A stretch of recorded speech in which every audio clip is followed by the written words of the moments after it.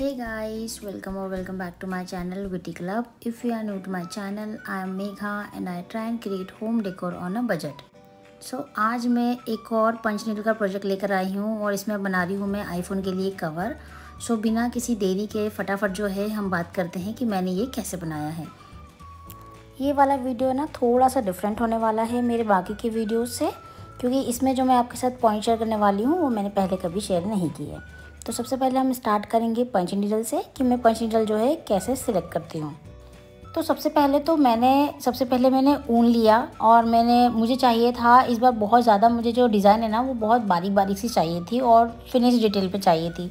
तो उसके लिए मैंने क्या किया कि मैंने जो ऊन का जो साइज़ है वो बहुत ज़्यादा थिन वाला लिया है, सबसे पतला ऊन लिया है। और अब उसके अकॉर्डिंग मुझे नीडल चूज़ करनी थी। तो ये जो नीडल है ना इसके साथ मुझे 3 साइज़ में अलग अलग नीडल्स मिली है। तो मैंने क्या किया, मैंने ऊन के साथ अपनी नीडल को रखा और देखा कि ऊन से हल्की सी मोटी वाली कौन सी वाली है। तो मैंने उसी के अकॉर्डिंग चूज़ किया और फिर मैंने फाइनल उसको डिसाइड किया कि अब मैं इसको यूज़ करूँगी। देखिए, नीडल आपको हमेशा जो है ऊन का एक साइज़ बड़ा लेना पड़ेगा। तो ये है, आपको जब भी अगर आप सिलेक्ट करना है, आपको नहीं समझ में आ रहा है कि मैं कौन सी वाली मुझे पंच नीडल लेनी चाहिए या क्या साइज़ होना चाहिए, इसके पहले भी मुझे क्वेश्चन आए हैं कि साइज़ क्या होना चाहिए। तो साइज़ ये है कि जो यान आप चूज़ कर रहे हो बस उससे 1 नंबर बड़ा होना चाहिए आपकी नीडल का साइज़। बाकी आप कोई सी भी लें, कोई फ़र्क नहीं पड़ता है। मतलब मेरे वहाँ एन नंबर ऑफ़ अब तो पंच नीडल मार्केट में आ गई है। बस ये है कि आपको अपने ऊन के अकॉर्डिंग ही जो है नीडल का साइज़ चूज़ करना है। अब मैं आपको बताती हूँ कि आप ना नीडल को और किस किस तरीके से उसको चला सकते हैं। तो इसके पहले मैंने आपको हमेशा बताया है कि जो मैं नीडल का जो पॉइंट है वो फ्रंट की तरफ रखती हूँ, एकदम फ्रंट में रख के उसको चलाती हूँ। इस बार मैंने थोड़ा सा डिफरेंट किया है। मैंने क्या किया है, जैसे कि आप देख सकते हैं, हल्का सा मैंने टिल्ड कर दिया है, थोड़ा सा राइट की तरफ घुमा लिया है।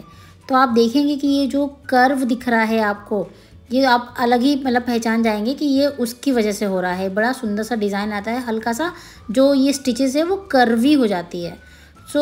मुझे ऐसा लगता है कि ये बेस्ट वे है पंच नीडल को चलाने का। और पता है ये मुझे कहाँ से आइडिया आया कि मुझे इस तरीके से नीडल को चलानी चाहिए। पहले मैं फ्रंट में ही नीडल को चलाती थी, लेकिन क्या हो रहा था कि जो ये ऊन है बार बार निकल जा रहा था। मतलब कोई गलती नहीं हो रही थी, कहीं कोई गांठ नहीं मर रही थी, नीडल भी अच्छी थी, बट फिर भी निकल रहा था। मुझे लगा कपड़े में भी दिक्कत है, क्योंकि रहती है कभी कभी कपड़ा भी कुछ ऐसे हो जाते हैं जिसमें नहीं बैठती है नीडल्स। बट मुझे फिर ऐसा लगा कि मैं क्या करूँ, मुझे तो चलाना ही है। तो मैंने हल्का सा उसको टिल्ट किया और मैंने वो स्टिचेस डाल के देखे स्टिचेस। तो मुझे लगा कि ये ज़्यादा अच्छे से बैठ रहा है, स्टिचेस जो है बहुत टाइट हो रही है। तो मुझे लगा कि ये तो ज़्यादा अच्छा तरीका है और लुक वाइज भी ना वो ज़्यादा अच्छा लग रहा था। बस फिर मैंने इसी तरीके से इसको बनाना चालू कर दिया। अच्छा, एक चीज़ और मैं आपको बताती हूँ कि जब मैंने पंच नीडल की क्लासेस ली थी स्टार्टिंग में, तो मुझे ये सारी डिटेल्स तो बिल्कुल नहीं बताई गई थी। बड़ा बेसिक सा बताया था कि नीडल कैसे चलती है, कौन सा फैब्रिक होना चाहिए, बस। बाकी जो मैं आपको डिटेल में इतना बताती हूँ, डेफिनेटली मैं बहुत श्योर हूँ कि मुझे नहीं लगता कि कोई इतना डिटेल में बताता है, क्योंकि मुझे तो ये किसी ने नहीं बताया, ये तो मैंने खुद से ही सीखा है। और ऐसा भी होता है कि देखिए बहुत सारी चीज़ें ऐसी होती है, बहुत सारे कोर्सेज ऐसे होते हैं जिसमें आपको ना बेसिक नॉलेज ही मिलता है, बहुत ज़्यादा डेप्थ में तो चीज़ें नहीं जाती है। क्योंकि ये चीज़ें कुछ ऐसी होती है ना कि जो करते करते आप खुद से भी अपनी नई नई चीज़ें सीख लेते हो, खुद से अपनी चीज़ें बना लेते हो।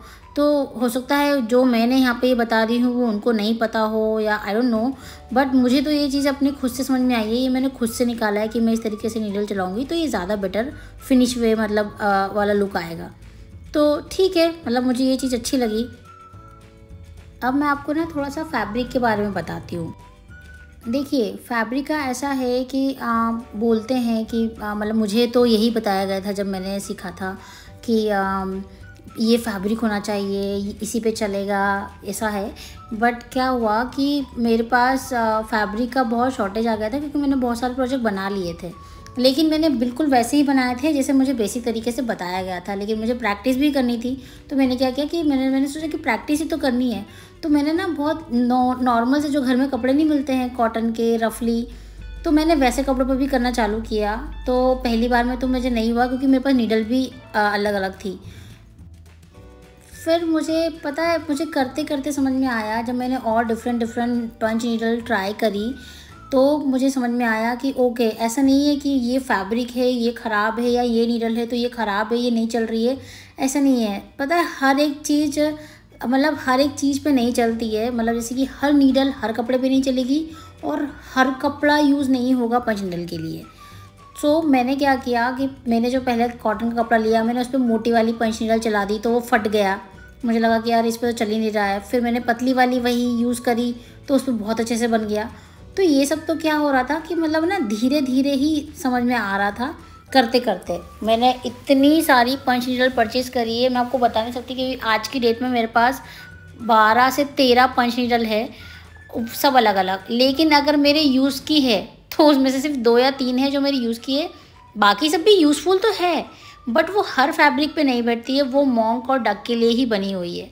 लेकिन ये वाली जो पंच नीडल है फ़िलहाल, ये जो मैं लेवर की चला रही हूँ ये, और मेरे पास एक और ब्लू वाली है जिसकी मैंने फ्रिडा कालो की वो बनाई है पोर्ट्रेट, वो ये तो बेस्ट है, ये हर फैब्रिक पे चल जाती है। और एक और है पंच नीडल जो मेरी एकदम मतलब स्टार्टिंग की सबसे फर्स्ट है, जो मैंने अमेज़ोन से ली थी, जो कि अब डिसकंटिन्यू हो गई है, वो भी बहुत अच्छी है, वो भी ऑलमोस्ट बहुत सारे फैब्रिक पे चल जाती है।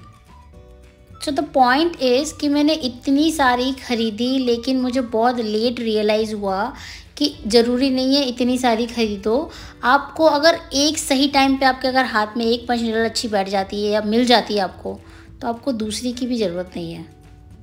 और मुझे ये सब बताने के लिए कोई नहीं था, मुझे किसी ने गाइड नहीं किया, मैंने तो इतना पैसा खर्च किया, उसके बाद मुझे समझ में आया। सो मैं आपको यहाँ यही बता रही हूँ कि ये वाली नीडल या एक और जो है मेरी ब्लू वाली, आप ऐसी कुछ परचेज़ करो, आपको ज़्यादा और कहीं जाने की ज़रूरत नहीं है, कोई फैब्रिक पे भी इतना ज़्यादा डिटेल में जाने की ज़रूरत नहीं है, कुछ भी उठा लो। ये जो फैब्रिक है ये मेरा कौन सा वाला है, ये मेरा एक ग्रॉसरी का बैग है जो मैं इसको पहले भी यूज़ कर चुकी हूँ। मैं अपने स्टूल के लिए एक कवर बनाया है, सेम वही फैब्रिक मैंने अगेन यहाँ पे यूज़ किया है। सो मैंने बताया कि ये जो वंडर वर्क करती है मेरे इस कपड़े पर या किसी भी कपड़े पर। ये मेरे नीडल का प्रमोशन वीडियो बिल्कुल नहीं है, तो ये मत सोचिएगा, लेकिन मैं आपको बता रही हूँ कि ये बेस्ट नीडल है। और ऐसी कोई सी भी पतली नीडल्स जो मतलब आगे से जिसका जो नीडल का साइज़ थोड़ा पतला हो और शार्प हो, वो हर कपड़े पे काम करेगी। और देखिए, आपसे बात करते करते मैंने तो पूरा ये ऑलमोस्ट फिनिश ही कर लिया है। अब मैं आपको मेन यहाँ पे चीज़ें बताती हूँ जो जनरली सबके क्वेश्चन होते हैं। तो सबसे पहले तो हम इसे अच्छे से कट कर लेंगे, और आपको कट ना बहुत ध्यान से करना है कि आप यहाँ पे ये एजेस पे इसके कहीं थ्रेड या कहीं पे भी कट ना लगा दें, क्योंकि अगर एक सिलाई खुली तो फिर तो वो चांसेस है कि बाकी सिलाई भी खुल सकती है। तो आप इसको अच्छे से काटें। इसके लिए कैंची बहुत अच्छी होनी चाहिए, या कोई भी कटर आप यूज़ कर रहे हो बहुत अच्छा होना चाहिए। और ना यहाँ पे मैं आपको एक और चीज़ बताती हूँ, कभी भी आप अगर कोई भी चीज़ ट्रेस कर रहे हैं, जैसे मैंने मोबाइल कवर का यहाँ पे ट्रेस कर लिया, ठीक है, लेकिन मैंने क्या गलती करी कि जो मैंने आउटर लाइन से जो मतलब मैंने लिया था उसका साइज़, मुझे उससे एक साइज़ जो है थोड़ा सा कम करना था या थोड़ा अंदर की तरफ बनाना था, क्योंकि ये अब मैं आपको बताऊँगी कि ये है ना हल्का सा बाहर जाएगा, क्योंकि ये थोड़ा सा साइज़ में बड़ा, नॉट बड़ा बट ये ना आउटर लाइन पर आएगा। और मैं चाहती थी कि वो जो ट्रांसपेरेंट वाला जितना एरिया ना वो सिर्फ उसी पे बैठे और कहीं नहीं जाए। तो ये आप ध्यान रखिएगा कि आपको है ना एक लाइन कम लेनी है बस, और इस तरीके से आप इस पर फेविकॉल लगाते जाएं और इसको चिपकाते जाएं। अब मैं यहाँ पे उन लोगों के क्वेश्चन का आंसर देना चाहूँगी जो लोग मुझसे पूछते हैं कि बैक साइड से आप क्या करते हैं कि निकलेंगे नहीं, क्या करना चाहिए, या खींच तो नहीं जाएंगे, ऊन बाहर तो नहीं आ जाएगा। तो देखिए, ये जो आपको बीच वाला एरिया भी दिख रहा है ना, मैंने तो सिर्फ साइड में लगाया है, ठीक है, क्योंकि मुझे पता है कि मैं अपना जो है कवर के ऊपर चिपकाने वाली हूँ। लेकिन अगर आपका प्रोजेक्ट ऐसा है जो कवर के ऊपर नहीं, या आपको कोई नॉर्मल ही रखना है, तो आपको पूरे पीछे ये बैक साइड में फेविकॉल से पूरा चिपकाना रहेगा, पूरे उस पर फेविकॉल लगाना पड़ेगा, जिससे पीछे की जो स्टिचेस हैं वो चिपक जाएं। ये है एक्स्ट्रा सिक्योर करने के लिए। देखिए, ऐसे तो वैसे स्टिचेस नहीं खुलेगी, बट खींचोगे तो हर चीज़ निकलनी है। लेकिन अगर आप सोचते हो कि थोड़ा बहुत अगर कोई खींच भी ले या रफली यूज़ हो भी जाए, तो आपको बैक साइड में फेविकॉल लगा दीजिए, फिर तो आप थोड़ा सा खींचेंगे तो इतनी आसानी से बाहर नहीं आएगा। और बस इस तरीके से मैं इसको चिपका दूंगी और इसको मैं अच्छे से सूखने के लिए रख दूंगी। इसके बाद मैं आपको बताती हूँ कि सूखने के बाद मैं इसे कैसे इसको अपने कवर पे लगाती हूँ। देखिए, मैं हर बार अपने वीडियो में ये कहती हूँ कि अगर आपको और भी आपको ऐसा लगता है कि इसमें आपने कुछ मिस कर दिया है, तो मैं ये बोलूँगी कि आप मेरे और पुराने जो वीडियो है पंच नीडल वाले वो देखिए, क्योंकि आपको उसमें और भी ऐसा कुछ मिलेगा जो मैंने इस वीडियो में कवर नहीं किया है। तो वो देखिए, आपको उससे बहुत कुछ सीखने को मिलेगा। और जैसा मैं हर बार कहती हूँ कि मेरा हर वीडियो अलग होता है, तो इसलिए मैं आपको बोलती हूँ कि आप मेरे पुराने वीडियो ज़रूर से देखिए, आपको अलग अलग ही बातें पता चलेगी। देखिए, अब मैं यहाँ पे लगा रही हूँ अपना ये वाला कवर।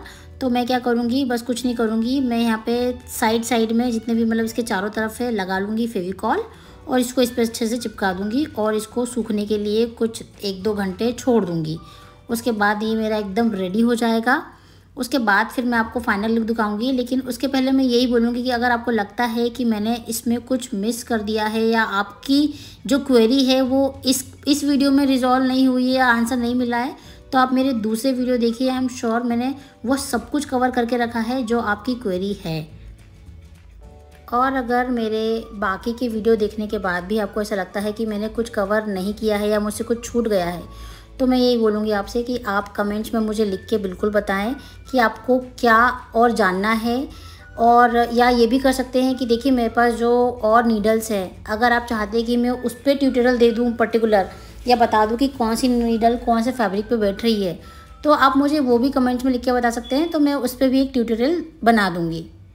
बस ये आप लोग ध्यान में रखिएगा कि मेरी जिस पे ज़्यादा क्वेरीज होगी, जिस चीज़ के लिए, मैं उसी पे वीडियो बना पाऊँगी। क्योंकि एक एक का अगर मान लो फॉर एग्जांपल एक एक कमेंट आ रहे हैं अलग अलग चीज़ों के लिए, तो सब पे बनाने में ऐसा नहीं कि मैं नहीं बनाऊँगी, बट उस पर भी बहुत टाइम लगेगा। बट अगर फॉर एग्जांपल आपको सिर्फ पंच नीडल का ट्यूटोरियल देखना है और अगर उसी पे बहुत सारे कमेंट्स आ गए, उसी पे डिमांड आ गई, तो मैं सबसे फिर नेक्स्ट वीडियो मेरा जो है उसी पे रहेगा।